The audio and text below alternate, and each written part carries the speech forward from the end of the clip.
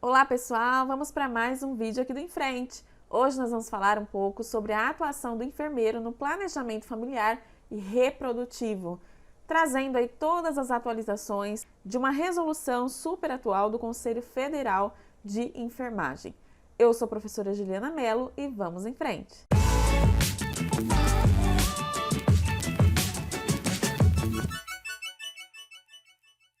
Bom, pessoal, como eu falei para vocês, hoje a gente vai estar aqui discutindo um pouco, sobre a atuação do enfermeiro no planejamento familiar e reprodutivo, trazendo, uma atualização aqui do Conselho Federal de Enfermagem, que foi dada, através da resolução número 690 de 2022. Mas antes, já vou pedir para você ir aí se inscrevendo no canal, ativa as notificações, deixa o seu like, compartilhe com os amigos, siga o nosso Instagram e também conheça lá as nossas apostilas digitais em PDF, que são materiais focados na sua aprovação nos concursos públicos e residências em enfermagem e demais áreas da saúde. Lá no nosso site você vai encontrar materiais de legislação do SUS, políticas de saúde, epidemiologia e conhecimentos específicos de enfermagem. Todos com a teoria completa e atualizada, dicas, além de questões também para você treinar sobre os temas. Para você conferir, é só você acessar o nosso site www.enfrenteenfermagem.com.br. O link do site está aqui na descrição do vídeo, beleza? Bom, pessoal, vamos falar um pouquinho então, sobre o que a gente tem de novo nesse campo de atuação do enfermeiro aí. Essa é uma resolução, pessoal, super atual, de 2022, bem recente, beleza? Que trouxe, a normatização, estabelecendo parâmetros, em relação à qualificação técnica do profissional enfermeiro para atuar, no planejamento familiar e reprodutivo. E além disso também, como complemento, a resolução trouxe a abordagem dos diversos métodos contraceptivos que a gente tem. Essa resolução, então, pessoal, foi, publicada para aprovar a norma técnica referente à atuação do enfermeiro no planejamento familiar e reprodutivo no âmbito do sistema COFEM, Conselhos Regionais de Enfermagem. Então aqui, de acordo com as entidades que representam a profissão de enfermagem, como que fica a questão ética e legal para o exercício dessa atividade do enfermeiro. Então a gente tem aqui uma norma técnica, uma normativa, que vai trazer as regras, o que é esperado ou exigido do profissional para realizar essa atividade, E aí no artigo 2º fala que no âmbito da equipe de enfermagem, a atuação no planejamento familiar e reprodutivo é privativa do enfermeiro, observadas as disposições legais da profissão. Então aqui a gente já tem uma super atualização, que o COFEM entende, que essa atuação no planejamento familiar e reprodutivo, considerando uma equipe de enfermagem, é privativa do enfermeiro.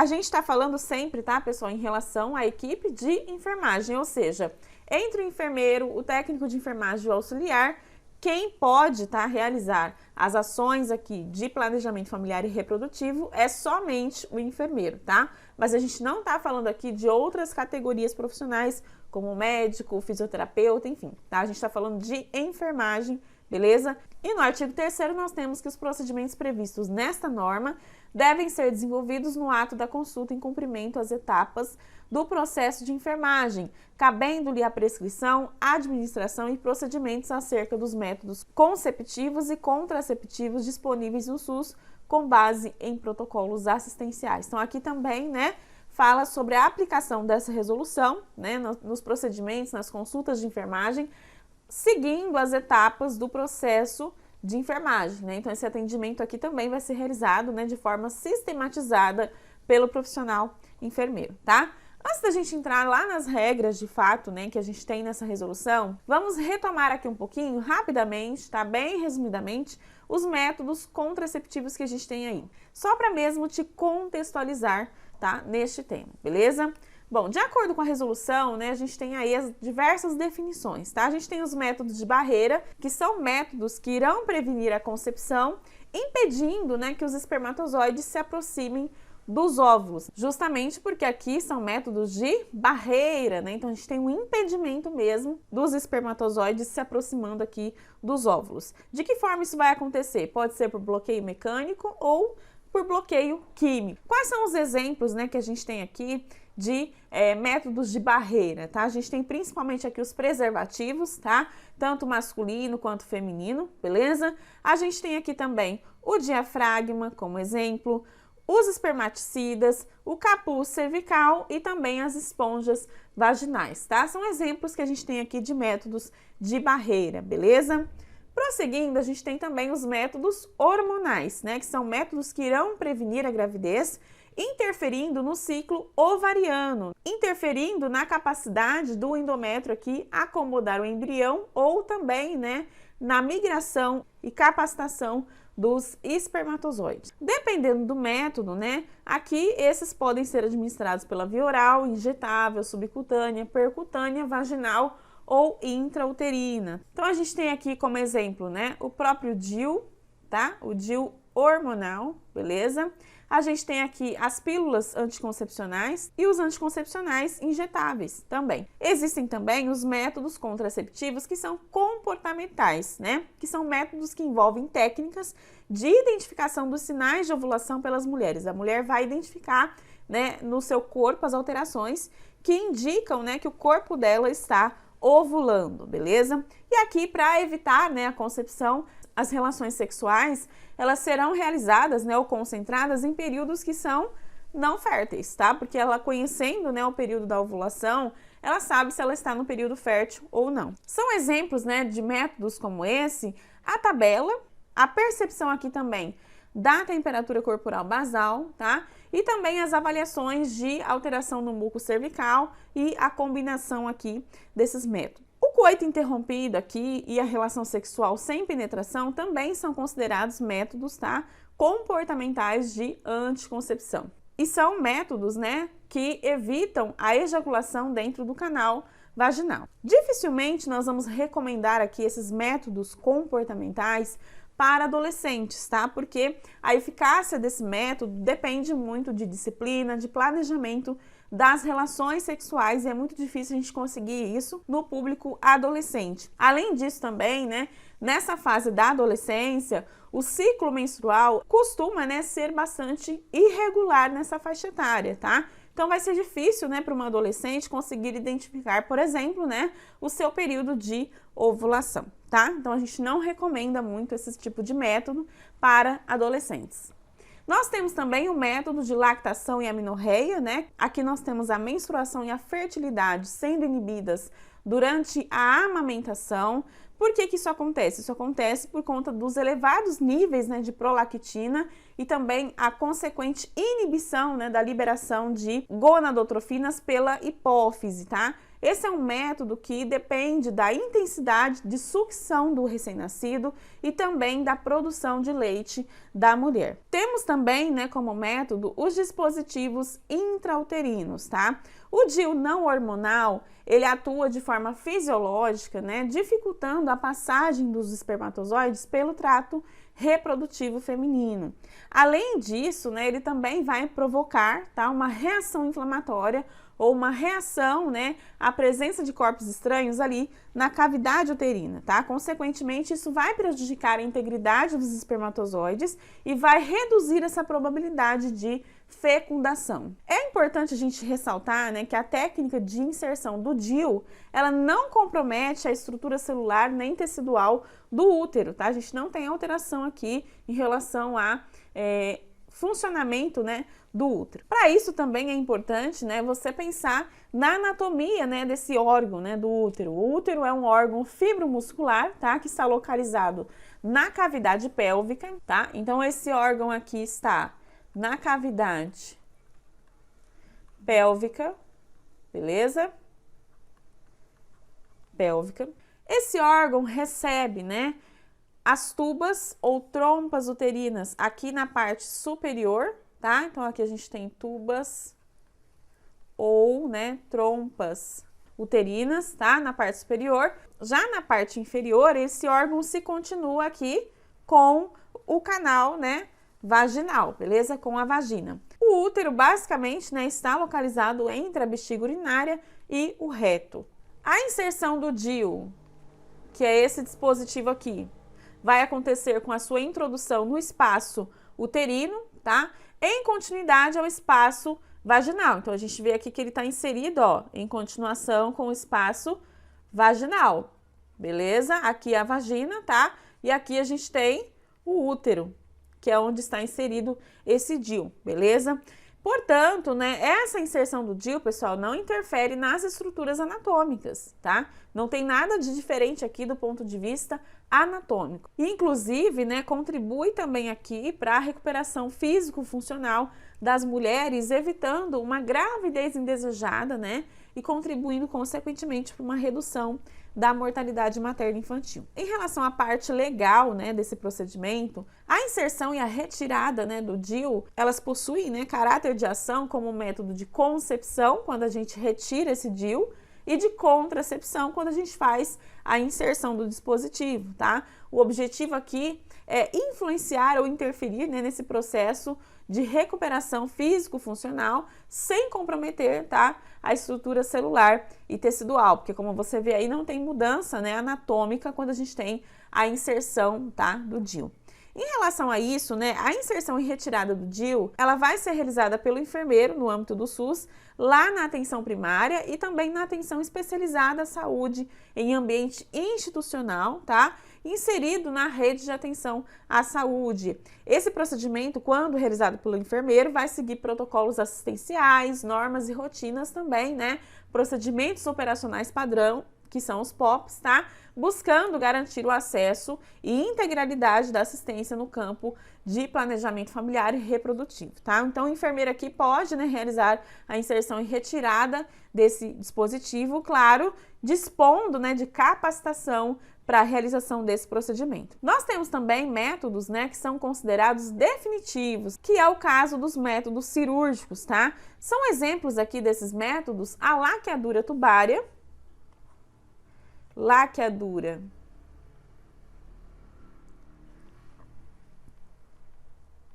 tubária, tá? E também a vasectomia. Esses são exemplos, tá, de métodos cirúrgicos. Esses métodos, né, são recomendados quando a gente tem uma necessidade clínica mesmo, tá, de aplicar esses métodos, ou também genética, né, para a prevenção da gravidez. Portanto, né, esses métodos aqui cirúrgicos não são recomendados, tá, para adolescentes.